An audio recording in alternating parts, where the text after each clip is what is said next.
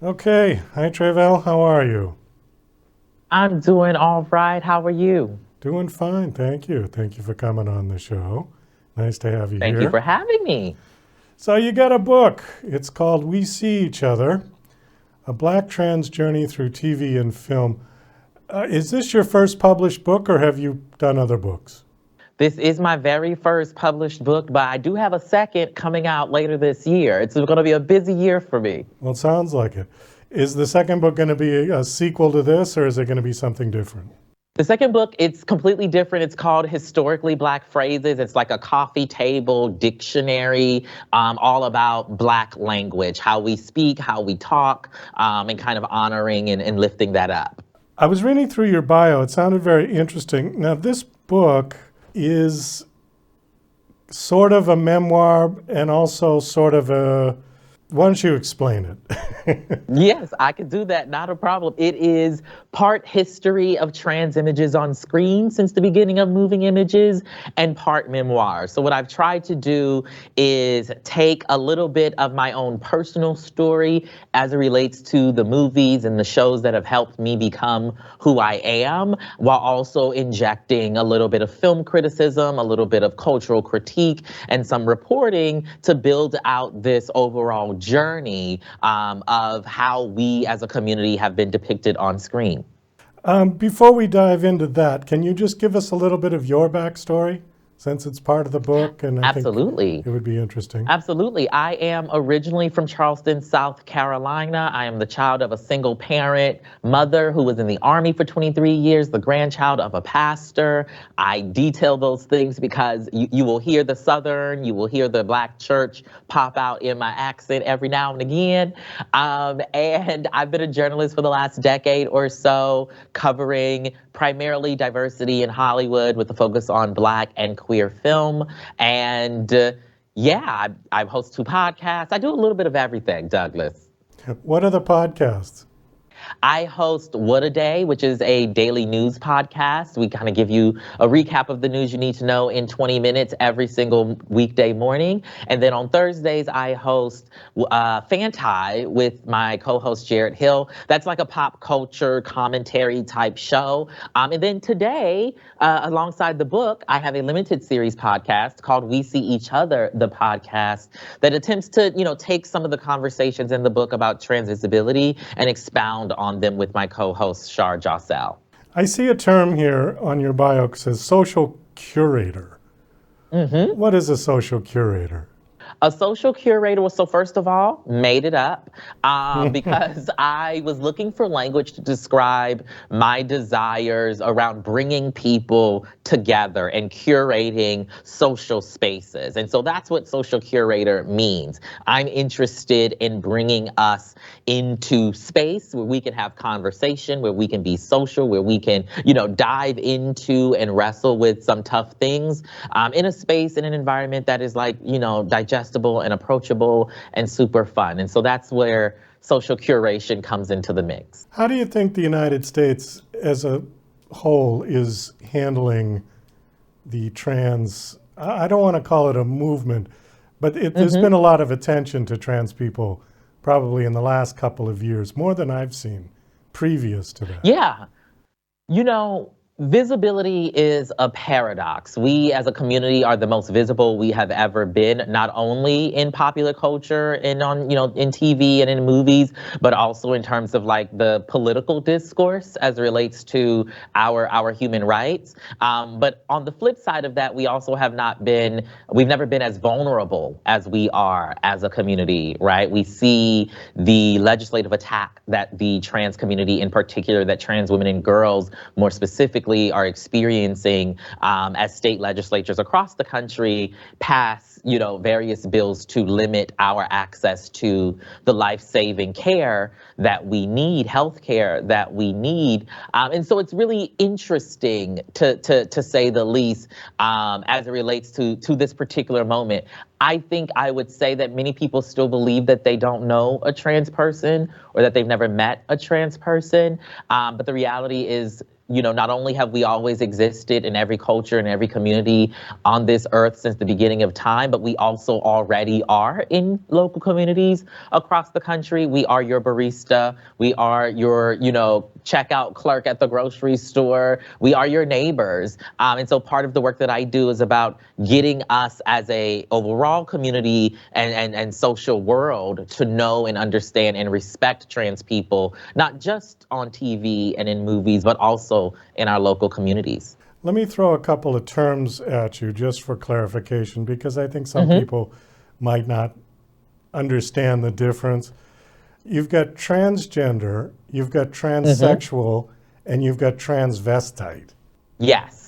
Okay, can I you would say, explain the difference so between? transgender today, right, is an umbrella term, right? And under that umbrella can be a variety of different identities, including the identities that the other two words that you just mentioned, right? Now, transsexual is a word that we don't often use a lot these days, because it medicalizes the trans experience, and not all trans people, pursue medical support for our identities. But that's where transsexual as a term comes in. You'll see sometimes that people within trans community still use that term to distinguish their specific experience, but it's not a term that we say, publicly, or that we encourage people to use publicly. Same way with transvestite, which is a term that many folks will remember when you think about older movies, older shows, like a Tootsie, like a Some Like It Hot, like a Psycho. That is the language that we used at that time. Transvestite, drag performer are words that are kind of, we hear drag performer or cross-dresser more often today than we would hear transvestite. But there's a difference in kind of lived experience, right? A person who identifies as transgender and transsexual in particular is someone who lives their life, right, as the identity that they always knew themselves to be. Whereas, a transvestite or a drag performer, right, is not always living and embodying that particular identity. And in the book, I try to walk people through some of the changes and shifts in language in hopes that folks, are able to better articulate themselves when they're talking about our communities. Well, it's interesting about language, because when I was growing up, the term queer was derogatory. You did Absolutely. not use that term. It was a very bad term to use. Now it's being used openly. Yeah. I mean, it's been reclaimed in a lot of ways by the community, right? We've taken out the venom that was often in that word, and we've embraced it. Queer as well as another, umbrella term to capture, right, a variety of non-heterosexual sexualities and identities. But you're so right. Language has changed. It's shifted so much, even in the last 5 years. Even I, as a trans person and queer person, I'm always like, oh, there's a new way that people are describing themselves. And I think it's beautiful that language and our vocabulary has broadened in this particular way to where people can articulate themselves as they see themselves, right? And not necessarily be forced to use other folks' language to describe themselves. This might sound like an ignorant question, but I'm going to ask it anyways. Ask it anyway. Do trans people have to go through sexual reassignment surgery or not? Trans people do not have to, no, but some do. Some have to as a means of survival, right? As a means of saving themselves and saving their lives because of the depression and the body dysmorphia that sometimes comes with a trans experience. But not all trans people pursue or engage with the medical establishment in that particular way. And they have no desire to, and they don't have to, right? It is about identifying as you are, with or without, whatever medical interventions, right, that might aid in that. Okay, because I think that for some people, their opinion of that would be that if somebody is trans, that they would have to go and change the whole Yeah, thing. and you don't, right? Like, I identify as a non-binary person of trans experience. I am not interested, at least today when I'm having this conversation with you, who knows where my feelings and my thoughts and my energies will shift in the years to come, but I have no intention or desire to engage in the medical establishment in that particular way. But that does not, negate, my trans experience in any way. I think it's important for us to move the conversation away from surgeries, away from, medical interventions, because our lives, right, are so much more than whatever type of healthcare we might need to be able to navigate the world. Okay, we've got just a few minutes left. I want to flip back to your book. So, how do you think historically trans people have been portrayed? Poorly?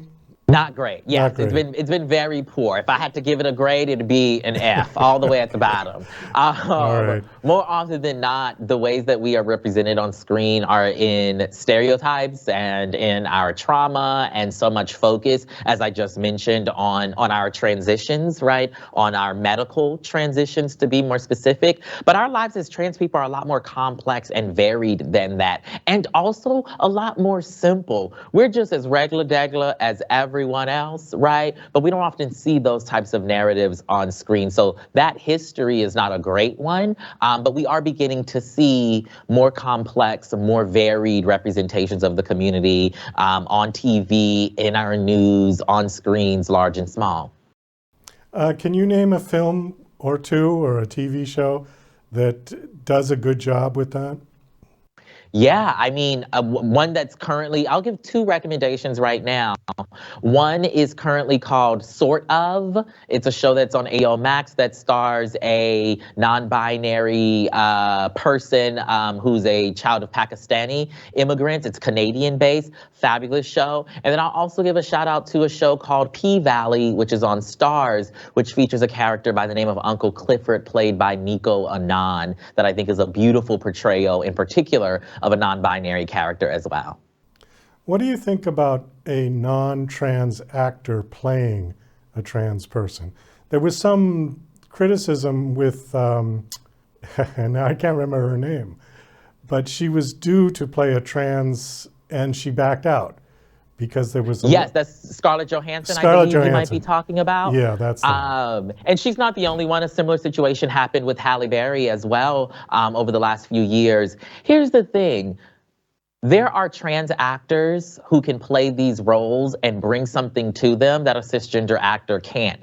Even the best actor, that show that I mentioned, P-Valley, that non-binary character, Uncle Clifford, is played by Nico Anand, who is a cisgender gay man, right? He's not non-binary. He does it beautifully, right? But when we're talking about access and opportunity, we've got to make sure that there is space for non-binary people, for trans people to play the characters that are supposed to be written, right, for them, right, for our lives. And I think we're getting to a place in which that authentic casting is becoming important, because folks are recognizing the utility of, having a trans person be able to not only, play the role on camera, but to also be able to appropriately talk about the community or talk about the story on a red carpet or on interviews, right? You mentioned Scarlett Johansson and Halle Berry, but, Jared Leto played a trans person in Dallas Buyers Club, right? Eddie Redmayne played a trans person in